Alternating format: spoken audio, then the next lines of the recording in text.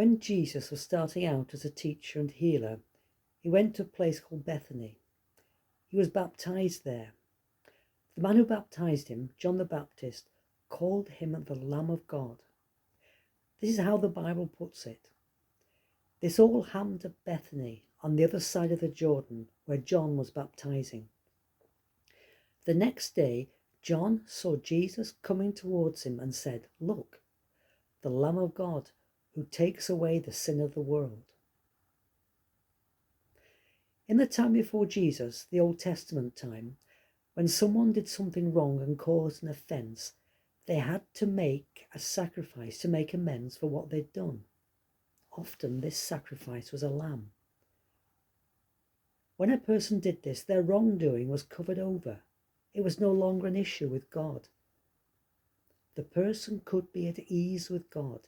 They had peace with God. They no longer lived in fear of God punishing them. John the Baptist says that things were going to change. It's no longer going to be a lamb that is sacrificed, but a person. That is why he called Jesus the Lamb of God. Jesus is going to be the answer to the offences we cause God. The offence brings a breakdown in the good relationship between God and us, and we can no longer enjoy God's presence. We aren't at peace with God. Jesus was to be the answer to this problem. John called the offences against God sins. He says Jesus was going to take away the sins of the world.